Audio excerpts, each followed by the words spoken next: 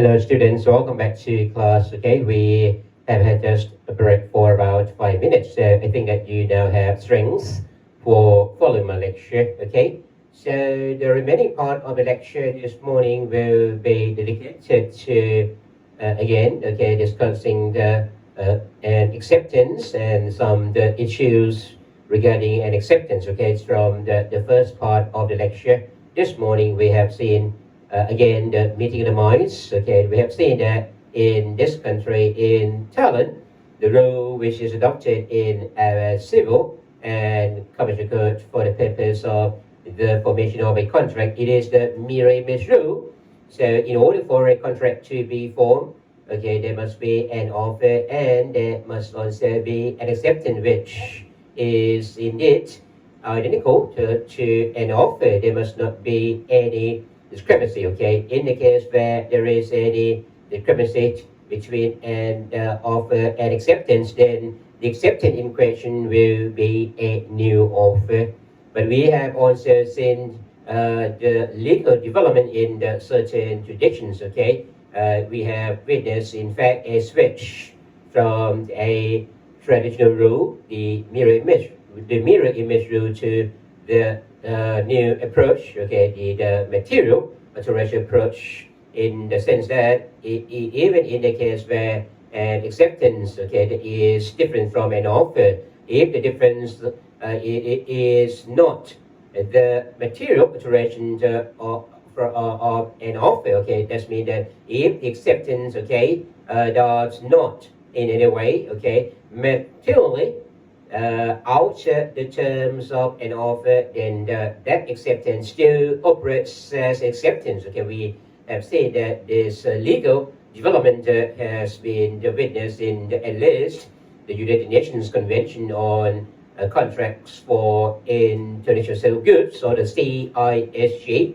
and we have also seen, this switch to the material alteration approach also in American law and also in the laws of Europe. Okay, so that is what we have seen in the first part of the lecture this morning. But we have to again recall that in this country we strictly adhere to the mirror image rule. Okay, now we are moving on to discuss the remaining parts of the legal issues regarding an acceptance. Okay, we begin with a late acceptance. That means that an acceptance which comes late. Okay, what is going to be the legal consequence, okay, of a late acceptance? The acceptance which is made by the other party when A makes an offer to B.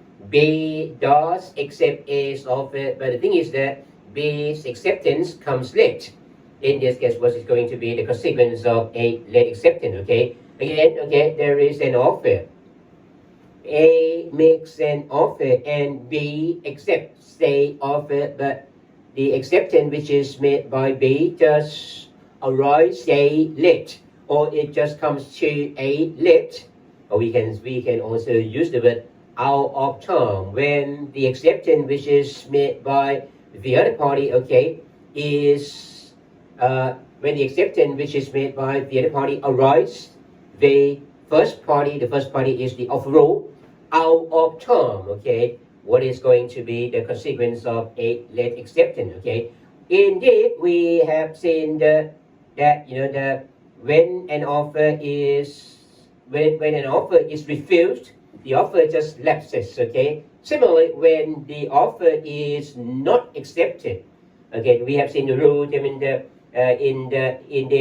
section 357 that when an offer is refused, i.e. rejected, okay, or when an offer is not accepted, okay, then the offer just ceases to be effective. So what is going to be the consequence of the acceptance? Okay, remember, when an acceptance is late, when we have a late acceptance, okay, when we have a late acceptance, it also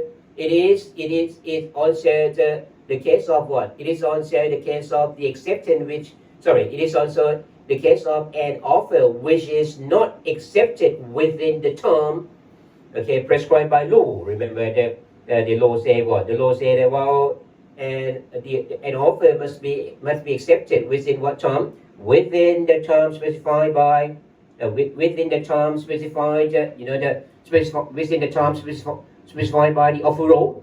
Let's say that the offeror specifies that this offer needs to be accepted within a 7 days period. So that if the other party wants to accept the offer, then the other party needs to do so within the time fixed by the offeror. In this case, 7 days. Okay, or okay, if the offer it is not accepted within the if the offeror does not specify the time for acceptance, the law say what? The law say that the offeror cannot withdraw the offer. Okay, within the time in which a notice of acceptance is reasonably expected to be received. That means that in the case where an offer is not, okay, in the case where an offer does not specify the term for acceptance, then the offeree, will have a reasonable period of time, okay, for the purpose of accepting the offer. Okay, so if the offeree does not accept within such time, i.e., a term reasonably, the reasonably expected, then the offer will also lapse. The offer will just cease to be effective. Or in the case where an offer is made, okay, is made in an extended mode, the law says that well, in this case, the acceptance must be made what? Must be made at such place and at such moment. Just mean that in the case where A and B are in each other's presence, or in the case where A and B are in an extended mode of communication. Okay, if A makes an offer to B at any place or at any moment, then that offer can be accepted at such place and at such moment. That means that at such instant time, okay, i.e. immediately. So if there is no acceptance, okay, it's instantly, then the offer will just cease to be effective. So the law say in section 357 that in the case where an offer is not accepted, okay, within the time prescribed by by some section 357 here, the offer will just cease to become effective.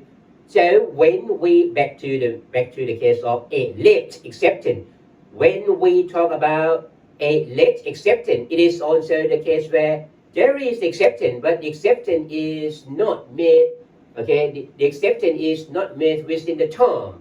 When the acceptance is not made within the term, okay, it is when the offer is not accepted within the term of the prescribed in the section the 357, which we have discussed a while ago. Then the consequence with regard to the offer is that offer will just cease to be effective. So we can see that if A makes an offer to B and B does accept A's offer, but B accepts this offer late, that means that the offer which is made by B, okay, it is not made within the term prescribed in section 357. So in this case, section 357 say that the consequence, the consequence which is laid down by section 357 is that the offer will just cease to be effective. The offer which has been made just lapses. Okay, it ceases to be effective. That is the consequence with respect to the offer. So now, what is the effect with respect to the acceptance which is late when the acceptance is made but it is late? It is not made within the term prescribed by section 357. Section 357 say that the section 3. I try to come to the right slide. Sometimes I just move the slides fast. Okay, so sometimes I come to a wrong slide now. We are coming back to a right slide. Okay, again, when we talk about the late acceptance, okay, that means that there is the acceptance, but the acceptance, okay, it is not made within the term specified in Section 357. The legal consequence, okay, the legal consequence spelled out by Section 357 is that the offer will cease to be effective. Now, okay, when Section 357 says that the offer will cease to be effective, what is the consequence with respect to the acceptance which is late? Okay, in this case, okay, Section 359 just provides something which is consistent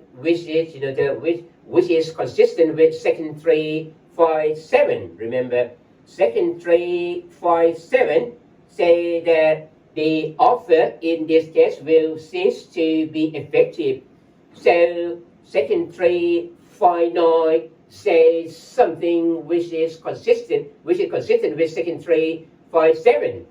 What does Section 359 provide, okay, with respect to the legal consequence of a late acceptance? According to Section 359, okay, if and acceptance, okay, I think that when the word acceptance here is missing, okay, if an acceptance arises at the late term, it shall be deemed that such acceptance becomes a new offer. So this is the consequence with respect to a late acceptance. When there is acceptance, okay, but the acceptance is made not within the terms specified by Section 357. Section 357 says that the offer just ceases to be effective.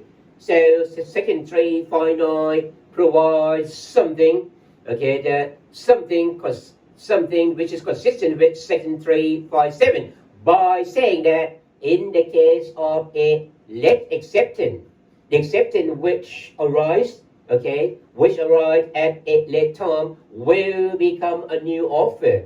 So if we ask the question, okay, does such late acceptance have any effect? The answer is yes, because Section 359 provides that a late acceptance will become a new offer. So this is the consequence of a late acceptance, okay? The late acceptance will become a new offer. The original offer just ceases to be effective, but the late acceptance will become a new offer. So when A has made an offer to B, and B has indeed accepted A's offer, but the acceptance which has been made by B just arises out of term. That means that the acceptance which has been made by B is late. In that case, Section 357 say that, well, this original offer just ceases to be effective, but Section 359 say that, okay, the original offer it ceases to be effective in the context of Section 357, but the late acceptance will constitute a new offer. So if B accepts a offer, but this acceptance is late, it will be the new offer. So if A accepts this new offer, then there will be a contract between A and B. But if A does not accept this new offer, then there is no contract between A and B, okay? That is the rule. So to conclude the rule is that in the case where there is an acceptance which is late, that late acceptance will be a new offer, okay? According to Section 359, okay? Now, okay, we will have to also look at the exception, okay? The rule is what we have discussed, but there is also an exception. The exception is this. The exception is indeed embodied in section 358. Even though an exception is late, the law deems it as not being late. Even though it is late, but the law deems that it is not late. Why? I mean, in what situation does the law deem a late exception as not having been late at all? Okay, not having been late at all. Okay, that is in the case where, okay, the acceptance was dispatched by a means by which it should normally have arrived in due time.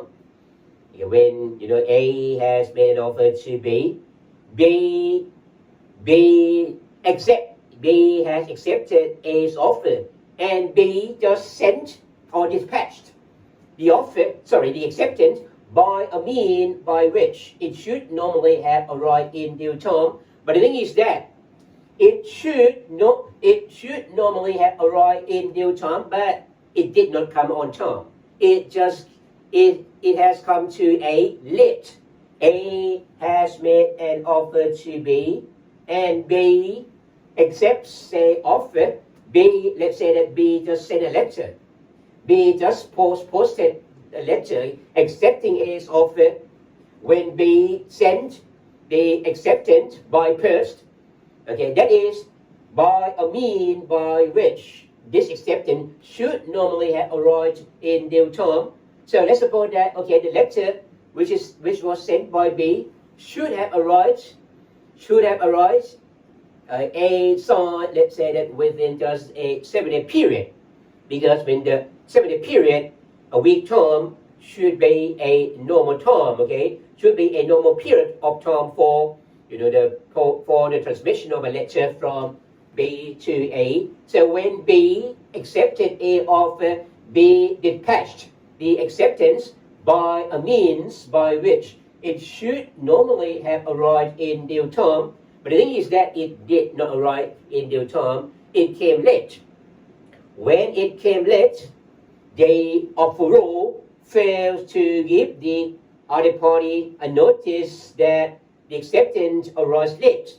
So when the A has made an offer to B, and B just accepts A offer and dispatch the acceptance by a means by which it should have normally have arrived in due time. But the thing is that it arrives late. But A does not give the notice to B. A does not give B a notice of the late acceptance. In this case, when A, the offeror, fails to give a notice of the late acceptance to the other party, to B, in this case, the law protects B reasonable reliance by deeming that acceptance has never been late. So that is the position of the law, okay, enshrined in section 358. Okay, if you look at the wording in 358 here, if a notice of acceptance arises at a late time, but it is apparent that such notice has been dispatched by a means by which it is usual course of things have arrived in due time, then the consequence is what? The offeror must forthwith give the other party a notice that such acceptance arrives late, unless it has previously been so notified. And then paragraph 2 go on to say, if the offeror fails to give a notice as required in the foregoing paragraph, it shall be deemed that a notice of an acceptance is not late. Okay, so it is sort of, the penalty imposed on the offeror when the A makes an offer to B. Okay, again, back to A and B here. When A has made an offer to B and B accepts a offer, B just sent or dispatched the acceptance, okay, by a means by which it should normally have arrived in due time, but it's just, it has come to a late. In this case, the law imposes on A the duty to do what? To give notice to B, the notice of late acceptance.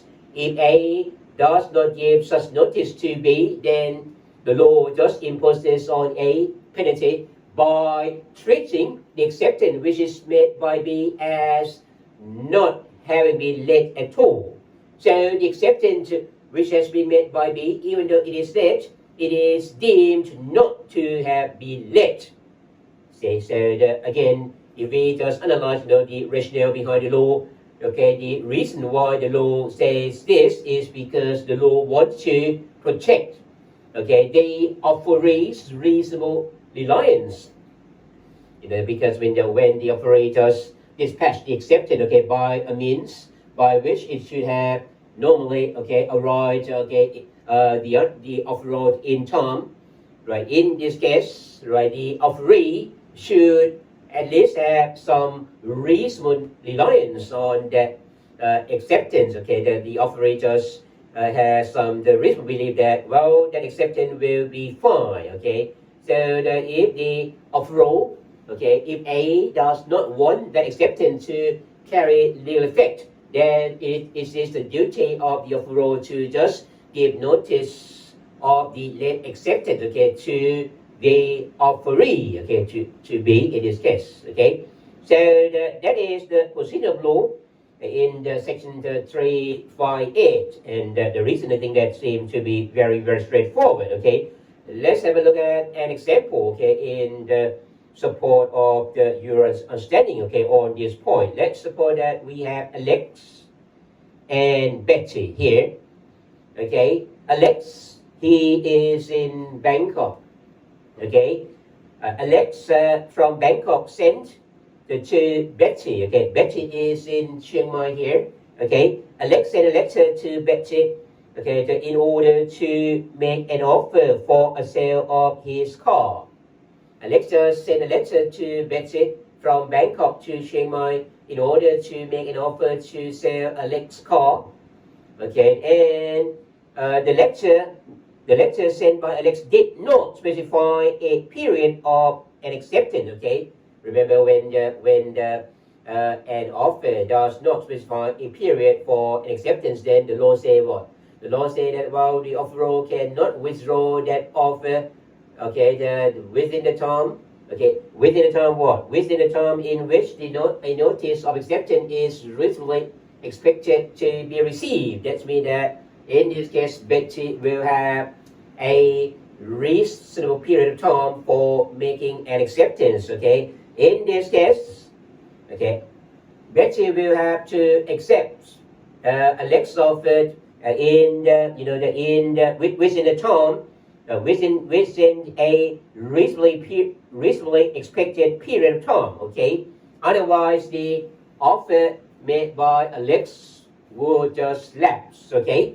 So in this case, let's suppose that 1 week after Alex has posted this letter, when Betty received this letter, Betty did post a letter in order to accept Alex's offer.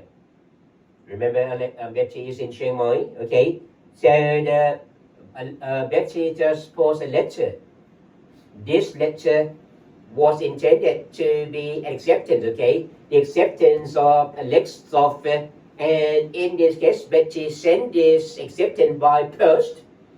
If we look at the distance between Bangkok and Chiang Mai, in order for a letter from Chiang Mai to reach Bangkok, it will normally take about maybe a few days or at most 1 week.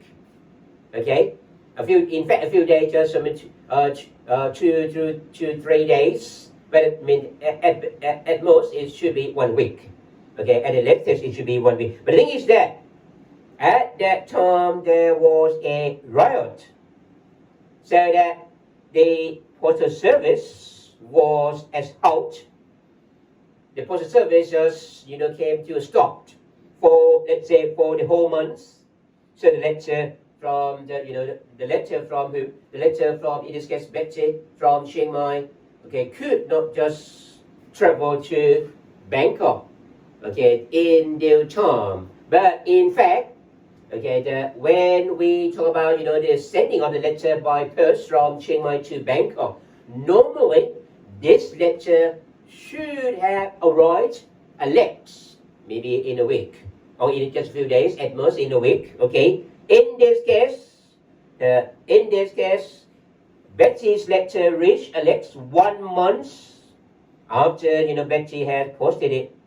Okay, we can see that in this case, Alex should do what? Alex should have just informed Betsy that, well, the acceptance made by Betsy came late. So if Alex had done so, then the acceptance made by Betsy would not have any legal effect, right? But the thing is that in this case, Alex did not inform Betsy of this late arrival of the letter. Remember the letter?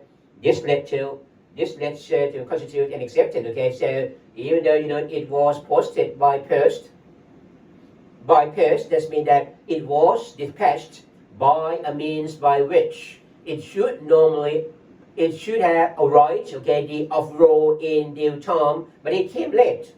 The law says that in this case, Alex would have to give notice of this late acceptance to Betsy. But the thing is that Alex did not do so. When Alex did not do so, okay, the law say what? The law say that, well, this acceptance which has been made by Betsy is deemed not to have been late. See, so this is the consequence which flows from, remember, from which provision of law? Okay, this is a consequence which flows from, section 358. In the case of a late acceptance, okay, which has been dispatched by a means which would normally, okay, have arrived in due time. In this case, when it came late, the offeror would have to give notice of the late acceptance to the offeree. If the offeror did not do so, then the law will deem that acceptance has never been late. So in this case, the consequence is that the acceptance which has been made by Betsy has has due legal effect. So that a contract has been formed between Alex and Betsy. Okay. Now we are coming to we have to note the term of effectiveness of an offer or an acceptance. Okay. We have discussed the meeting of the minds. Remember, the meeting of the minds, in the sense that there must be the meeting between an offer and an acceptance. You have to recall that an offer or an acceptance, it is what? It is indeed the declaration of an intention. When you make an offer or when you make an acceptance, okay, you are declaring your intention. So remember, in the civil and commercial code, we have the rules with respect to the effectiveness of a declaration of an intention. Remember, in this country, we distinguishes, okay, the modes of the declaration of an intention into two modes: instantaneous mode and a non-instantaneous mode. In the case where an intention is declared in an instantaneous mode, that is where both parties are in each other's presence, or when both parties are in the position to have immediate feedbacks. For instance, when both parties just have the conversation over the phone, or when both parties, okay, they use some devices or some communication technology which allows both parties, okay, the opportunities to have immediate feedbacks as if they were in each other's presence. Okay, in this case, the rule in the CCC is that the declaration of an intention in this mode, in an instantaneous mode, will be effective when that declaration of the intention just becomes known to the other party. So when A and B are in each other's presence, okay, let's suppose that A makes an offer to B A's offer will be effective when it becomes known to B. Once B hears A's offer, once B knows A's offer, then the offer which is made by A becomes effective. Okay, what about when an offer or an acceptance is made in a non-intelligent mode of communication? In this case, when A and B are not in each other's presence, okay? And when A and B are not in the position to have immediate feedback, they are in a non-instantaneous mode of communication. In this case, the law sets the rule that, okay, the declaration of an intention in this case will be effective when it reaches the other party. The word reaches just means that it is received by the other party. So let's suppose that A sent a letter to B from Bangkok to Chiang Mai in order to make an offer. In this case, A and B are in which mode? In a non-instance mode, so that the offer which is made by A, okay, will be effective when it reaches B. That is when it is received by B. Okay, I hope that you still remember the rules. Okay, the rules which are contained in section 168 with respect to a situation where the two parties are in each other's presence. Okay, and in section 169 with respect to the situation where the parties are not in each other's presence. Okay, so now we are going to have a look at the example here. Okay, let's have a look at the example here. If we apply the rules in section 168 and or 169 as the case may be, and we have this, this situation, okay, let's suppose that, again, we have A and B here, okay, A makes, in this case, B first make an offer. B is the offeror, A is the offeree, okay. Let's suppose that there is an acceptance made by A. A just accepts B's offer. B has made an offer to A first, and A wants to accept B's offer, okay.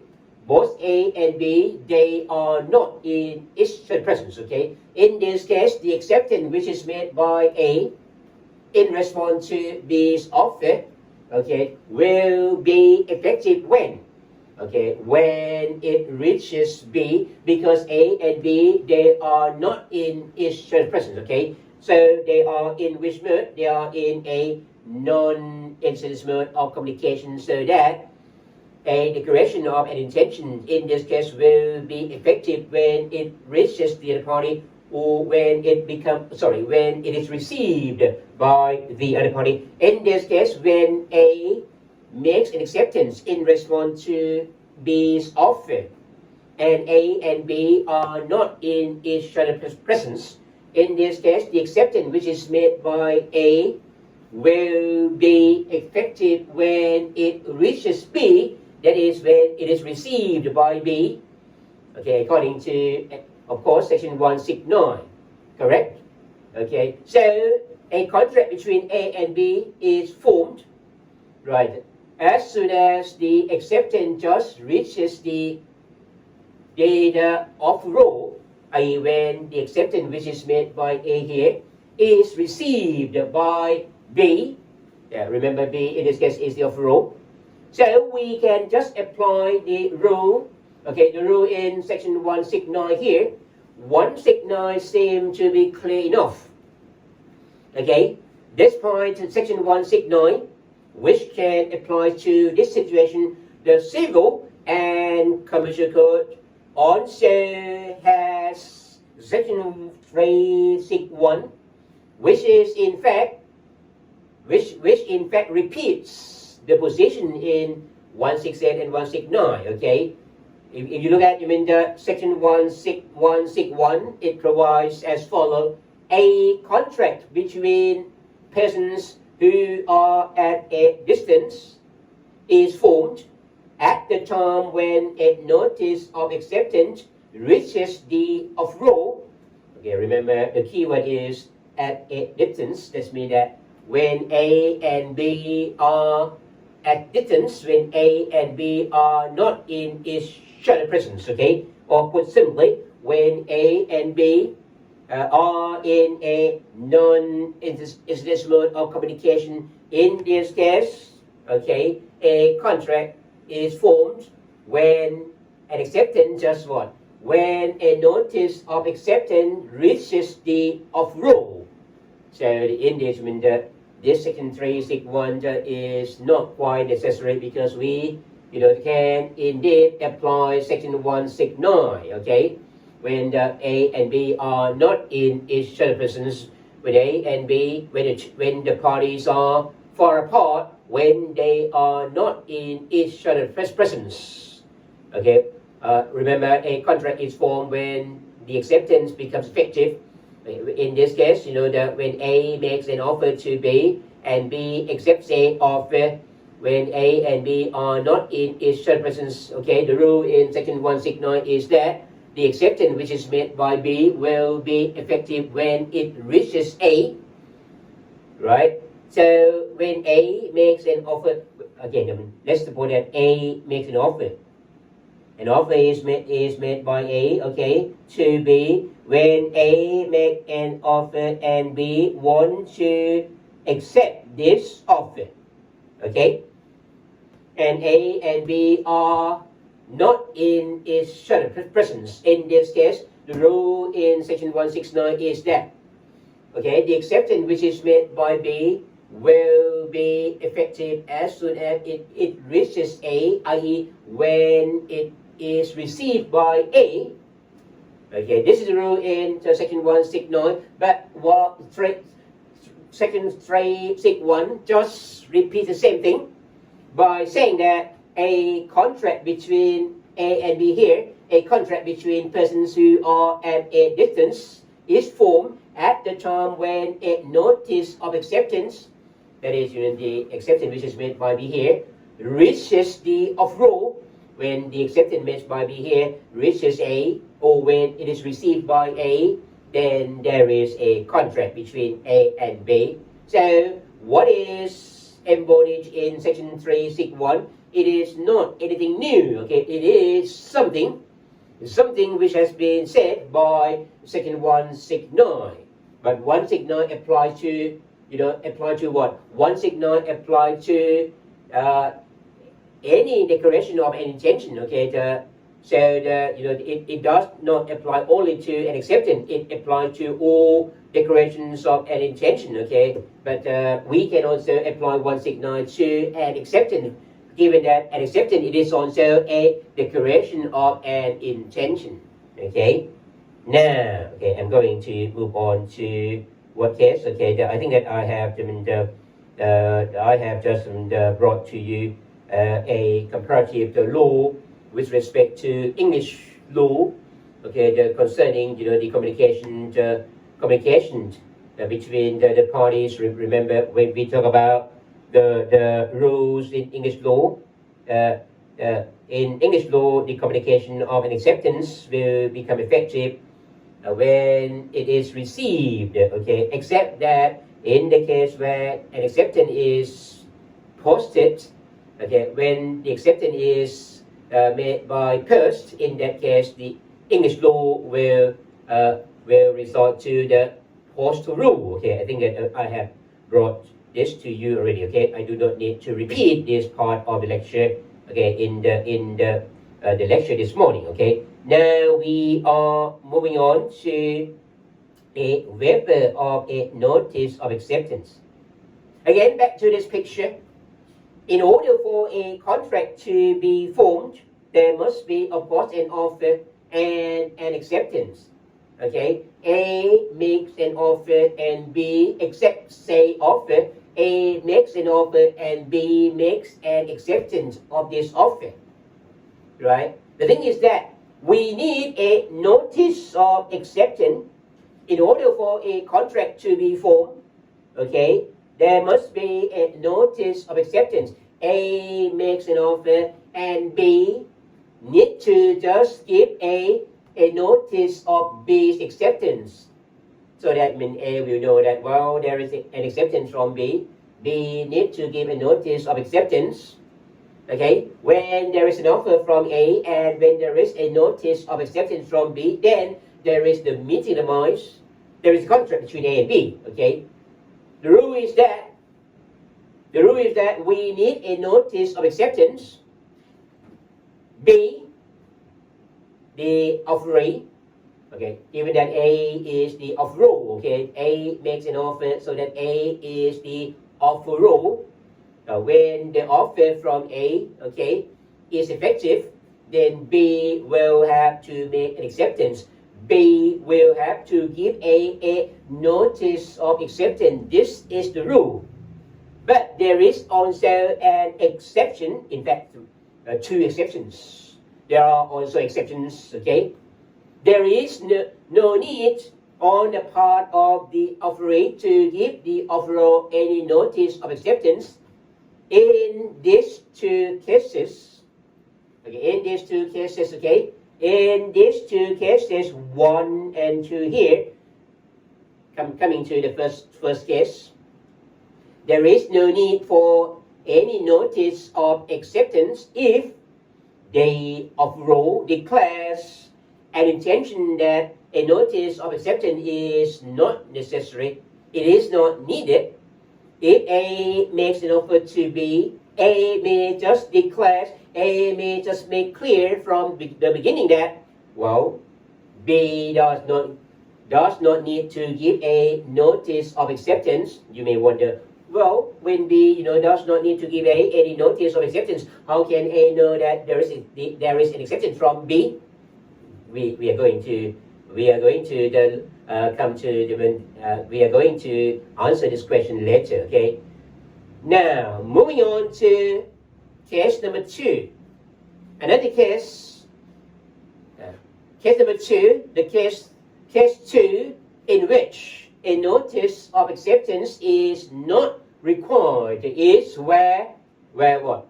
Where there is ordinary usage. And according to that ordinary usage, no notice of acceptance is required. Okay, so again, 2 cases here, 2 situations here. In these 2 situations, no notice of acceptance is required. The first one is where the offeror makes clear or declares an intention that no notice of acceptance is required. The second case is where that accepts ordinary usage requiring no notice of acceptance. Okay, these 2 situations are expressed by law in indeed section 361 paragraph 2. If you look at 361 paragraph 2, it provides as follows: if according to the intention declared by the offeror, this is the situation number 1, okay, if according to the intention declared by the offeror, or according to ordinary usage, this is case 2, okay, a notice of acceptance is not necessary. A contract is formed upon, and now we are coming to the answer as to how do we know that there is acceptance. Okay, the law say that a contract is formed upon the occurrence of a particular instance presumed to be a declaration of an intention to make an acceptance. So the answer as to how do we know that there is the acceptance is that we can know by what? We can know this. We can know that there is an intention to accept an offer by presuming an intention to accept the offer from any instance which is understood as an intention to accept the offer. Okay, we may say that sometimes in the situations in question, sometimes in the circumstances of the case, we can presume from circumstances of the case that there is a declaration of an intention to accept the offer, even though there is no notice of an acceptance. Okay, so let's suppose that the buyer makes an offer. The buyer makes an offer to buy some goods from the seller. Okay, this is an offer from the buyer, and let's suppose that the buyer makes clear that there is no need for the seller. If the seller has the goods, there is no need for the seller to send any notice of acceptance. The seller can right away deliver the goods. When there is an offer from the buyer and the buyer makes clear that there is no need for the seller to send any notice of acceptance, the seller can just deliver the goods if the seller has the goods, requested by the buyer. So if the seller just deliver the goods in response to the offer made by the buyer, we can presume that is the acceptance made by the seller. Or let's suppose that we have the offer from the seller. The seller wants to sell the goods. The seller makes an offer for the sale. And let's suppose that again the seller make clear that there is no need for sending a notice of acceptance. If the buyer wants to buy, the buyer can just transfer money in payment of the goods, and the buyer just transfer money through the bank transfer. In this case, bank transfer in payment of the price for the goods. It is presumed to be what? It is presumed to be an intention to accept the offer. And again, in addition to the case where the offeror declares an intention that a notice of acceptance is not needed, we have also case number 2 here. The notice of acceptance is not needed if there exists any ordinary usage to that effect. Now we are going to look at the example number 1 here. The example number 1 here shows an intention declared by the offeror that a notice of acceptance is not necessary. Let's suppose that we have again A and B. In this case, A sent to B home. Let's suppose that a new collection of cosmetics, because B, she loves cosmetics, and A has a new collection of cosmetics. So A just sent this new collection of cosmetics to B at B's home address. And in this lecture, A just made an offer to sell this product. A just sent this, let's say, this parcel containing the new collection of cosmetics to B, making an offer to sell this new collection of cosmetics. And in this case, inside the parcel here, inside this parcel there was a letter from A indicating that B did not need to buy the product. If B did not want to buy the product, then A will collect the product back. But if B used this product, such use of the product would be understood as what? Would be understood as an acceptance of the offer. So in this case, it is a case where what? It is a case where the offeror declares that there is no need for sending a notice of acceptance. There is no need for giving a notice of acceptance. In this case, the letter inside the parcel sent by A indicated that if B used the products in this parcel, then it would be understood as B's declaration of an intention to accept the offer. So this is the case where the offeror declares an intention that no notice of acceptance is needed. In this case, if we go back to section 361 paragraph 2, 361 paragraph 2 say that a contract is formed when there occurs a particular instance presumed to be a declaration of an intention to make an acceptance. Okay, so in this case, the incidents, okay, from which we can presume that B has made, an acceptance. It is the use of this product. When B just opened the parcel and decided to use the product, that is the presumption that, well, B has indeed, declared an intention to accept his offer. All right, that is, the example number one here. Okay, the example number one shows, the case number one, the case where the off-road just declares an intention that there is no need for a notice of acceptance. Okay, in that case, a contract is formed upon the occurrence of a particular occurrence of, when a contract is formed upon the occurrence of a particular incidents presumed to be a declaration of an intention to make an acceptance. Now, remember, we also have the situation number two. The situation number two, it is the one in which there exists, the ordinary usage. According to the ordinary usage, a notice of acceptance is not necessary. In this case, we can draw an example from a real case which has been brought before the Supreme Court. Okay, we have the example here.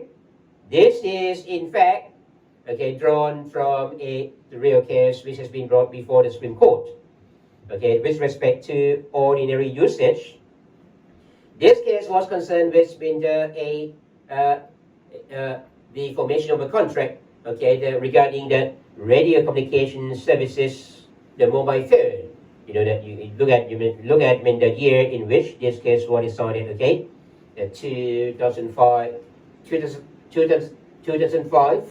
This case was reported in 2005. Okay, it was decided by the court. Maybe in the same year in 2005 or in 2004. Okay, that means that this case occurred maybe 10 years back, maybe about 1995, something like that. Okay, in that year, you can imagine that that we did not yet have the smartphone. We had, I think that at that time we had sort of the normal mobile phone. So in order for anyone to have the service, the mobile phone service, of course, you would have to, if you wanted to use the mobile phone service, then you would have to just, you would have to make a contract with the service provider. Let's suppose that we have, the AIS in this country. We have many operators, many providers, AIS, DTech, True, or some other company. Okay, so these are the three big companies in this country. Okay, so if you want to use the service of this provider, then what happened is that you would have to send in your application. You, as a user, would have to make the application to the telephone, the telephone provider. Okay, so the application would have to be considered by the telephone operator or telephone provider here. Okay, so in this case, the Supreme Court considered the application made by the user as an offer. So there was an offer from the mobile phone user, and this application, which constitutes an offer, would have to be accepted, of course, in order for a contract to be formed. When this application was considered by the mobile phone or the telecommunication provider, telecommunication service provider, right? The provider would have to approve the application. So the application was an offer, and the approval made by the provider constitutes an acceptance. In this case, the ordinary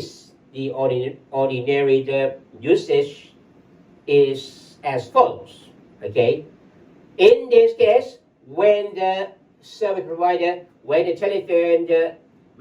telecommunication provider wanted to approve the user application, the provider did not need to send a notice of acceptance, okay? The provider would have to do so simply by activating the signal. So the signal activation by the provider would be understood as what? As the declaration of an intention to accept the offer made by made by the user. So in this case, according to the Supreme Court, okay, the act of signal activation by the telephone, okay, by the telecommunication service provider was what?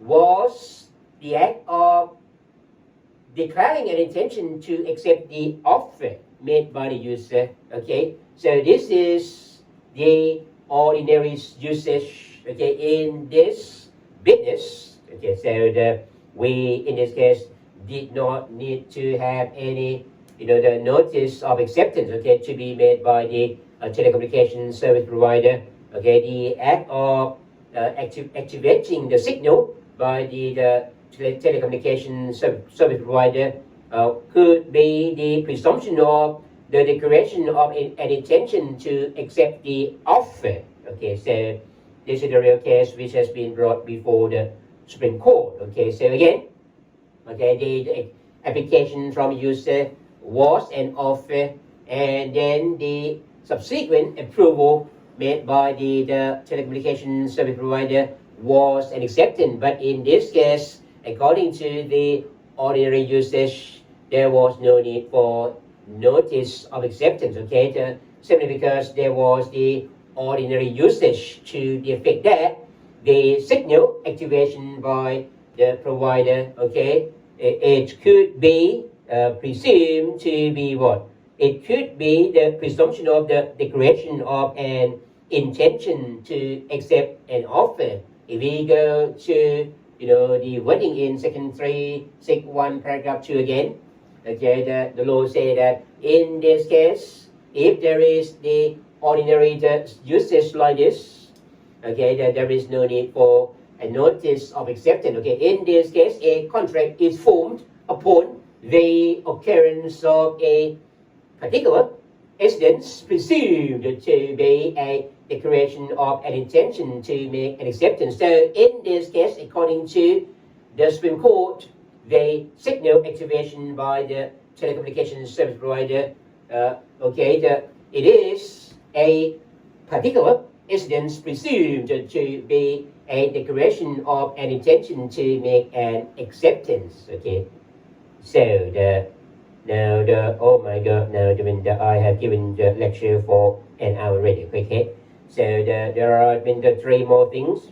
Let's have a look at the time now. We have we require how many minutes more? About I think that about 30 minutes more. Okay, but okay, I make an attempt to finish this one. Okay, within let's say that in 25 minutes or half an hour time. Okay. Now there are three more things to be discussed. Three more issues to be discussed. Okay. The first issue, it is where there is an agreement. There is the requirement that there is a requirement from the party that, well, there will not be any contract unless all essential points are agreed upon. That means that in this case, okay, any party may make clear that, well, between us, between A and B, maybe A or B make clear that there will not be a contract until all these essential points have been agreed upon. A and B need to agree on all these essential points, otherwise there will not be a contract. In the case where any party makes clear that all essential points need to first be agreed upon, will there be any contract? Okay, that doesn't mean that if all the essential points indicated by a party have not yet been agreed upon, then there will not be any contract at all. Is there any possibility that there is a contract, even though at least one party is clear that there will be a contract if all the essential points have been agreed upon. Okay, this is the first situation. The second one, it is where the two parties agree that there will not be a contract unless it is put into writing. In this situation, okay, we call this one as the reduction to writing. Okay, in the last situation, okay, it is where the parties agree that in order for a contract to be formed, okay, this particular point need to be agreed upon first. Otherwise, there will not be a contract. If the parties make clear that in order for a contract to be formed, this particular point need to be agreed upon first. If that point has not yet been agreed upon, will there be any contract? That doesn't mean that there cannot be a contract at all.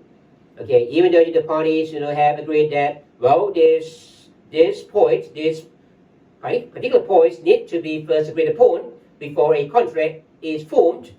Let's suppose that this point has never been agreed upon by the parties. Can a contract be formed between the parties? Okay, so these are the three situations which we are going to turn to. Beginning with the first one.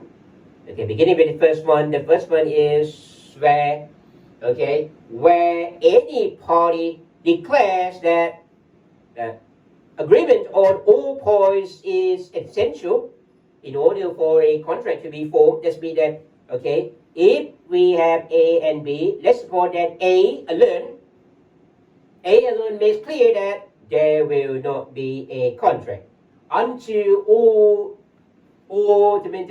these points have been agreed upon. Okay, in this case, right, the rule is that, if A and B, any party, let's say that in the course of negotiation between A and B, let's suppose that B alone, any party, let's say that B, make clear that there won't be any contract between us unless all these four issues are very, very important. So B makes clear that there will not be any contract between A and B, unless all these four issues have been agreed upon. Okay, if we have the situation like this, will there be any contract if these four issues have not yet been agreed upon? Now we are coming to the rule. The rule is contained in section 366, paragraph 1.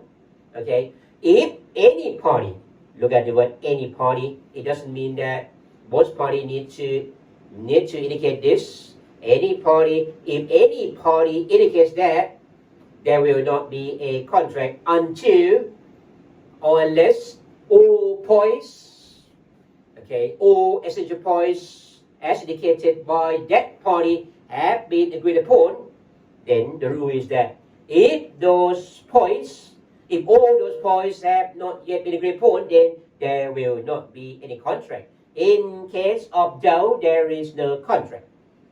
Look at the rule in section 360, paragraph 1 here. In the case where even one party, has declared that agreement upon all particular points of a contract is essential. If the parties have not yet agreed upon all such points, then a contract has, in case of doubt, not been concluded. That means that, okay, if we go back to this picture in order to, facilitate your understanding, okay, let's suppose that, okay, in the negotiations between A and B, in the course of negotiations between A and B, let's suppose that B alone just declares that, all these 5 points are very, very important, so that there will not be a contract between A and B until and unless these 5 points have been agreed upon first. The rule in section 366, paragraph 1 is that in case of doubt, there is no contract. Again, going to the wording here, in the case where even one party has declared that agreement upon all particular points of a contract is essential, if the parties have not yet agreed upon all such points, okay, a contract has, in case of doubt, not been concluded. So the rule is that there is no contract. In case of doubt, there is no contract unless, okay, unless all such points indicated by a party, even one party, have been agreed upon first. Okay, any understanding with regard to certain particular points is not binding. This point there being noted down. Okay, if we go back to this picture, when B say that, well, there is no contract unless and until all these 5 issues have been, agreed upon. If these 5 issues have not yet been agreed upon, then there is no contract. Even though the parties may have agreed on some issues, then there will not be any binding effect. Okay, even though some legal issues have been noted down. Okay, this is the meaning of section 366, paragraph 1, right? You have to notice one thing. You have to note that the rule, which is contained in section 366, paragraph 1, say that in case of doubt, there is no contract. That means that, well, if there is no doubt, if it's clear that there is a contract, if there is no doubt, if from the circumstances of the case there is no doubt, then a contract can be formed. Okay, we can look at the example here. Okay, the law say that in case of doubt there is no contract. If in the circumstances of the case there is no doubt at all, there is no doubt that, well, the parties A and B, they have gone ahead with the contract. There is a contract between A and B, so be it. Let's suppose that we have the case where, A and B, okay, A and B have entered into many rounds of negotiation, okay. Let's suppose that, okay, the buyer made clear that, okay, there would not be a contract until all these points have been agreed upon. In the negotiation, okay, the buyer just raised some points. The buyer regarded this point as very, very essential, very important, and the buyer made clear that, well, all these points would have to be first agreed upon, otherwise there would not be any contract. This is the indication made by the buyer in the course of the negotiations. Okay, this point is indication by the buyer. Okay, let's suppose that after the negotiation, the seller just delivered the goods. The seller delivered the goods, and the buyer just took delivery of the goods, and even used the goods sent by the seller. The buyer made clear that, well, there would not be any contract between us unless, okay, all these points have been agreed upon first. But the thing is that all these points raised by the buyer have not yet been agreed upon, but the seller delivered the goods, and the buyer just took delivery of those goods, and the buyer just used these goods. I think that if we have the case like this, in the circumstances of the case, there is no doubt at all that there is no contract. It is clear that there is a contract between A and B, between the buyer and the seller. Even though the buyer made clear in the negotiations that there would not be a contract until all these points have been agreed upon.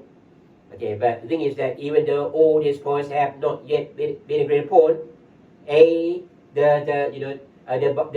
seller just sent the goods, and the buyer just took the delivery of the goods, and the buyer even used the goods.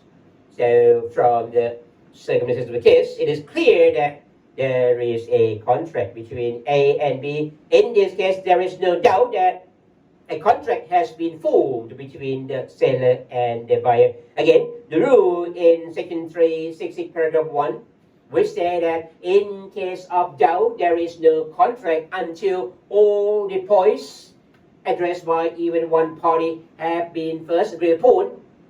If in the circumstances of the case, there is no doubt at all that there is a contract between the parties, then we can find that there is a contract between the parties. Okay.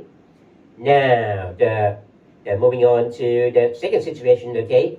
The second situation is the reduction to writing. Okay. The situation is known as the reduction to writing. What is it? It occurs when the parties make clear that there will not be a contract until it is put into writing. Okay, let's go that A and B in the course of their negotiations, they make clear that whatever they say, okay, that there is no contract. Okay, so that there is no contract until the deal is put into writing. If they put the deal into writing, then there is a contract. If they make clear that there will not be a contract until, okay, it is put into writing, that is the intention to reduce the contract into writing, the reduction of a contract to writing, okay. In that case, what is the rule of law? The CDC just sets the rule in the section 366 paragraph 2, providing that if it is agreed that it is agreed, that means that both parties agree, okay. If it is agreed that the intended contract shall be put into writing, it shall be, in case of doubt, regarded that a contract is not concluded until it is put into writing. So when the parties, party A and party B, when both parties make clear that there will not be a contract until it is put into writing, the law just gives, the law just gives importance to such decisions of the party. Okay, when the parties so decide, then the law just respects such decision made by the party by holding that there will not be a contract until it is put into writing. Okay. So this is something very, very straightforward. Again, note one thing here. The law uses the word in case of doubt. That means that, well, if we have some doubt whether or not a contract has been formed between A and B, the answer is no. No contract has been formed between A and B. But if there is no doubt, if on the facts from the circumstances of the case, it is clear that there is a contract between A and B, so be it. We can say, the case where there is no doubt, here in the example number 1 here.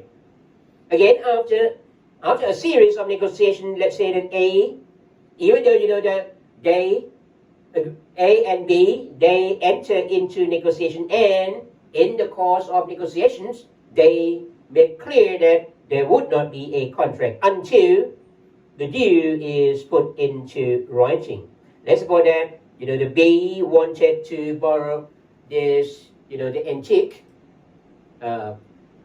porcelain, okay, from A in order to display, this porcelain in a museum operated by B. Okay, so we, would witness, okay, a contract between A and B, but we would have to see whether or not, okay, there has been a contract between A and B. In the negotiation, both A and B made clear that there would not be a contract until it was put into writing.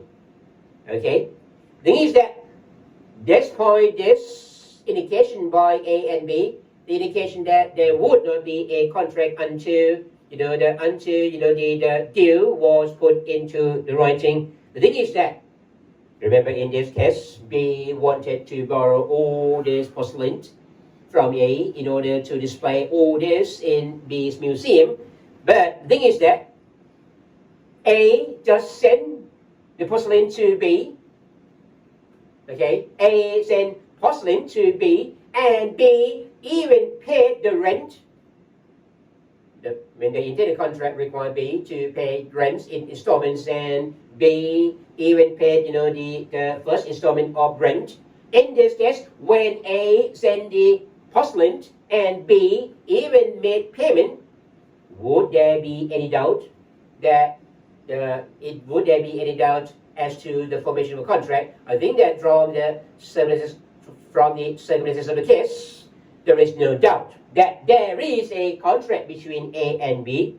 the act of selling the porcelain to B, and the act of paying the rent for this porcelain constitute a very, very clear indication that there has been a contract between A and B. Again, the rules in section 3, the sixth paragraph 2 here, applies only in case of doubt. The rule that there is no contract until it is put into writing. That is only in case of doubt.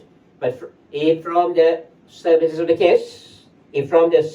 case, there is no doubt, there may be a contract between the parties. Okay. Now, when we talk about the reduction to writing, one of obvious means the incidences which could be the reduction, the parties' decision to reduce the contract to writing. It is the case of an invitation to bid, or we call this one ITB. ITB for invitation to bid. Okay, we have seen we have seen many invitations to bid. Let's suppose that the Thai embassy in this case in Tehran, the Thai embassy, the embassy of Thailand, also issue an invitation to bid. When many the state agencies want to do some work, let's say that they want to have a new building, they need to find a contractor to carry out the construction of work, the construction of a building. They may just issue an invitation to bid. So in this case, an invitation to bid usually make clear that there will not be a contract until a successful bidder to make this contract in writing. Well, when an IBT, when an invitation to bid is launched, there may be several bidders. Normally the one who offers the lowest price will be the winner, will be the successful bidder, even though it is not always the case. But normally, one important criterion for the selection of the bidder is the lowest price. So if the anyone is finally selected, that one will be the successful bidder. So normally the IBT document, the invitation to bid document, will make clear that the successful bidder is required to make a contract, in writing. The successful bidder is required to conclude a contract in writing. So this is a case of the reduction to writing. So there is no contract until it is put into writing. Until the bid caller and the successful bidder make a contract in writing. So before a contract is finally put into writing, that means that there is generally no liability on any party, before a contract is concluded in writing. Let's suppose that the bid caller wants to cancel the invitation to bid. The bid caller can do so. If the bid caller cancels the bidding, then if the sellers cancel the IBT, the invitation to bid, then that does not give rise to any action. That does not trigger any liability on the part of the bid caller. That is something drawn from the decision of the Supreme Court at least in 2001 in this case, right? Also, if we talk about the successful bidder, what happens if after we have the successful bidder refuses to conclude a contract in writing? Can the bid caller sue the successful bidder for failing to conclude a contract in writing here?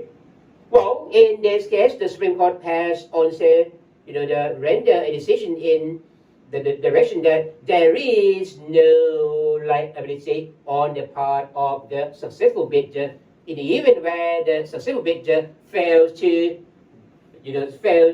just conclude a contract in writing. So put simply, okay, before a contract is put into writing, there is generally no liability on the part of the bid caller or the successful bidder. Okay, now you can see that sometimes when we have a situation in which a successful bidder refuses to make a contract in writing, the successful bidder refuses to just sign a contract in writing, that is going to have some the adverse effects on the bid caller. In that case, there may be attempts on the part of the bid caller to protect the bid caller's interest. How does the bid caller do? What does the bid caller do in order to protect the bid caller's interest in the event where the successful bidder refuses to enter into a contract in writing after the successful bidder has been selected by the bid caller? In this case, the bid caller will do this way, okay, two things. In the invitation to bid, in the IBT document normally does this. Firstly, the IBT document requires the bidder to place security. Okay, to place security first in the form of money or in the form of bank guarantee or in any other form. And secondly, it is indicated in the IBT document that, okay, if the bid caller refuses to make a contract in writing after the bidder has been selected, okay, if the successful bidder refuses to enter into a contract in writing, then such security will be forfeited. Okay, the forfeiture of such security, it is the measure for protecting the interests on the part of the bid caller. So that if you look at this picture, okay, of course, in the end, there will be a contract in writing between the bid caller and the successful bidder, okay? But if the successful bidder does not enter into this final contract in writing, normally there will not be liability unless the bid caller just protects his own interest by doing this, by requiring the bidder to place security, and by requiring the bidder to do what? By saying that if the bidder refuses to enter into a contract in writing, all security which has been placed by the bidder will be forfeited. Okay, so these two mechanisms seem to work reasonably well. Okay, if we analyze this one, okay, this is the final contract in writing. But before this final contract is made, the IBT documents which make indication about the placement of security and the forfeiture of security, okay, clauses in the IBT documents here work as another contract which lead to this final contract in writing. Okay, the IBT documents which require the placement of what? The placement of security and the forfeiture of this security in the event where the successful bidder refuses to enter into a contract in writing, okay, operates as if it were another contract leading to a written contract in the end. Okay, so this is something which needs to be made clear. Okay, now one thing which we need to make clear is that even though the parties, okay, indicates an intention that there will not be a contract until it is put into writing, okay, the parties, despite their indication in the first place, the parties may waive such reduction to writing. In the circumstances of the case, we may see such waiver. Let's suppose that we have A and B again. Okay, let's suppose that A wanted to hire B. A wanted to engage B to provide the security guard service. A company wanted to hire B, the security guard firm, to provide security for A company. So A and B, they intended to make a contract in writing. Okay, and they made clear that before the deal is put in writing, there would not be any contract. Before the deal was put in writing, there would not be any contract. Okay, so this is the case. This is the case embodied in the second one. This is the case embodied in the section 366 paragraph 1. Remember, where the parties make clear that there will not be a contract until it is put into writing, so be it. There will not be a contract until it is put into writing. In case of doubt, there is no contract until it is put in writing, okay, into writing, right? But the thing is that despite A and B, despite A's and B's indication that the contract in question would be put into writing, right? Before the agreement was put into writing, let's suppose that that the employer, who was the employer here, A, the employer just allowed the security guard firm to place some guards on duty at A's premises. Okay, in this case, we have a question here: was there a contract between A and B? Even though the parties, both A and B, had made clear that there would not be a contract until the deal was put into writing. But the thing is that from the circumstances of the case, okay, A, the employer, allowed B to put some guards on duty. So the conduct in question here demonstrated, the waiver of the agreement to, reduce the contract to writing. Even though, they have agreed to reduce the contract in writing or to writing, they later just waived this requirement. So that in this case, there is a contract between A and B, or we can see that, well, in this case, there is no doubt. There is no doubt that there has been a contract between A and B, simply because A, the employer, just allowed B, the security guards, the company, to put guards on duty at its premises. Already said that it seemed to be very clear that there has been a contract between A and B here. Okay, now coming to the final thing here. Okay, we are coming to the last situation here. Okay, the situation in which the parties have agreed that, well, there will not be a contract until a particular point is first agreed upon. A and B, maybe in the, their negotiations, okay, in the course of their negotiations, they make clear that there won't be any contract between them until this particular point is agreed upon. Okay, if this point has not yet been agreed upon, will there be a contract? Okay, the question which we have here is, can a contract be formed if this particular point has not yet been agreed upon, according to the intention of both A and B? Right. In this case, the answer is yes.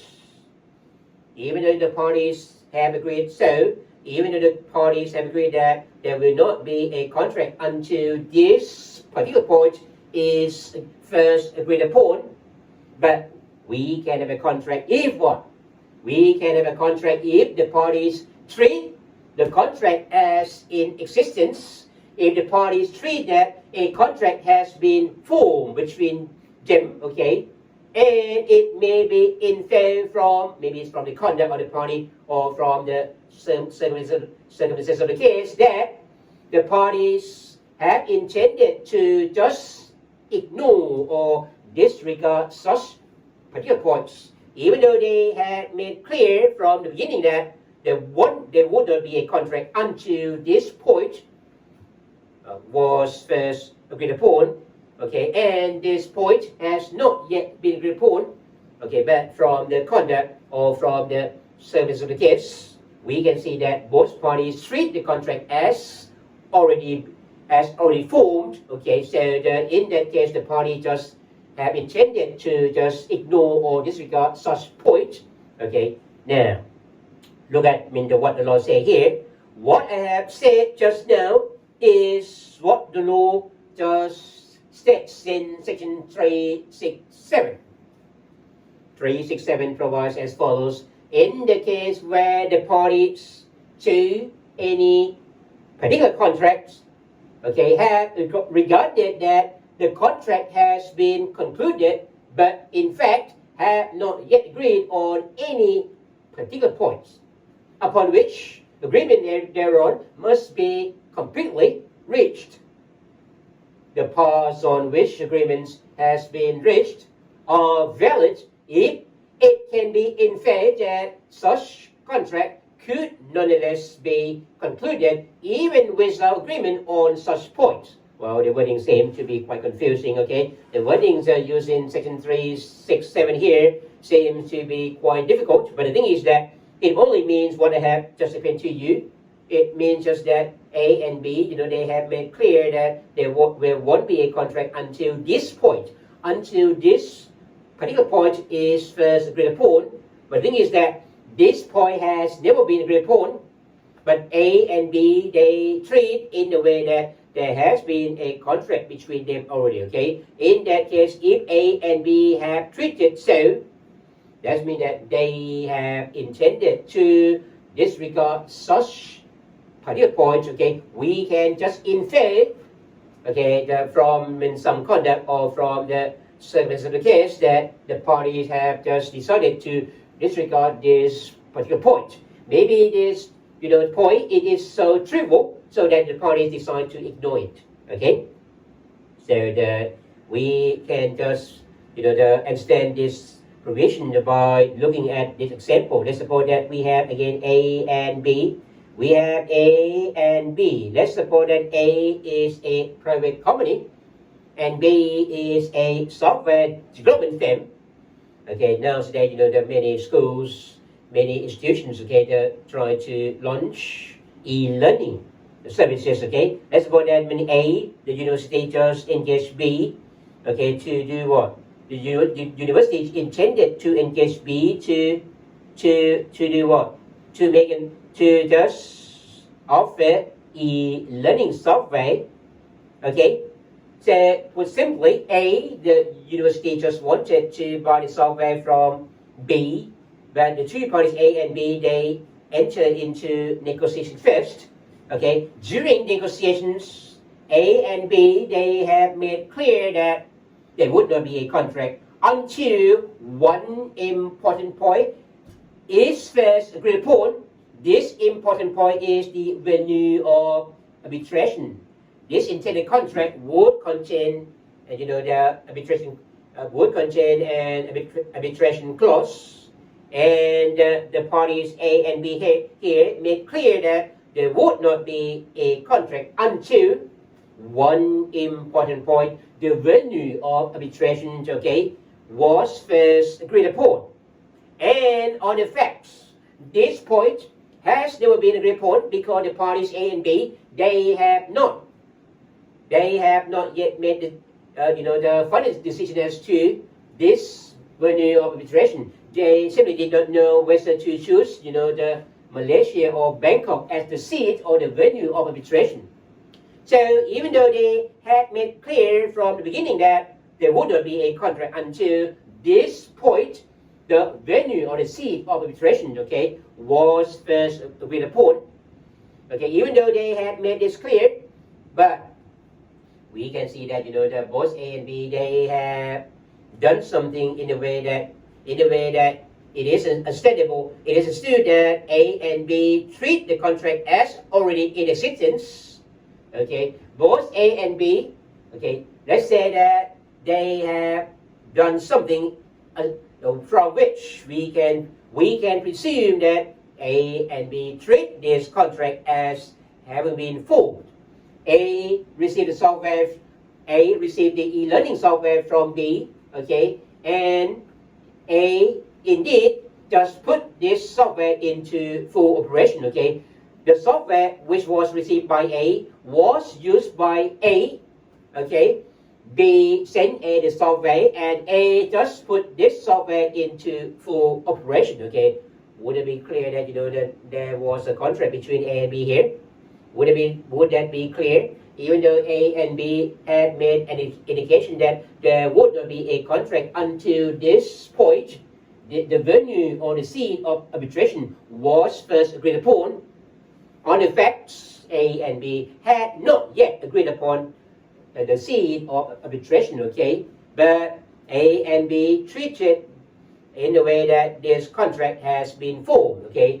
B sent the software to A, and A just put this software into full operation, okay? So in this case, we can understand that both A and B intend to disregard these particular points as indicated by A and B. So this is the situation in the section, the 367.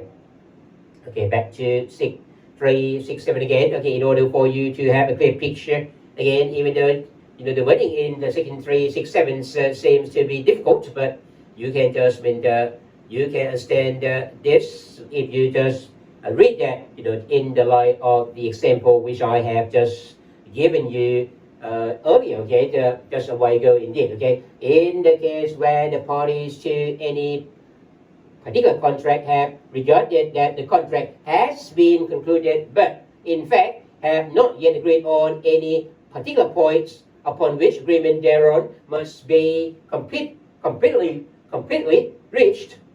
The parts on which agreement has been reached are valid if it can be inferred that such contract could nonetheless be concluded even without agreement on such point. Such point may mean something very trivial, so that it may not be quite necessary a contract can be formed even without this point. Okay, so this is all which I need to say with respect to the formation of a contract. Okay, so I hope that you understand the law on the points regarding the formation of a contract. Remember, we have an offer and we have the acceptance in order for us to arrive at the meeting of the minds for the purpose of the formation of a contract. Okay, thank you very much for attention to this morning. I seem to be very tired. Okay, delivering my lecture non-stop for 1 hour and 40 something minutes. So I hope that you have correct understanding, okay, of all which I have explained to you. Okay, to have a very good weekend. Okay, in fact, not weekend. It's a long vacation. Okay, now we are in the period of the long vacation. Okay, so enjoy your long vacation. Okay, and I will see you again next week. Thank you very much for attention. See you soon. Okay, bye bye.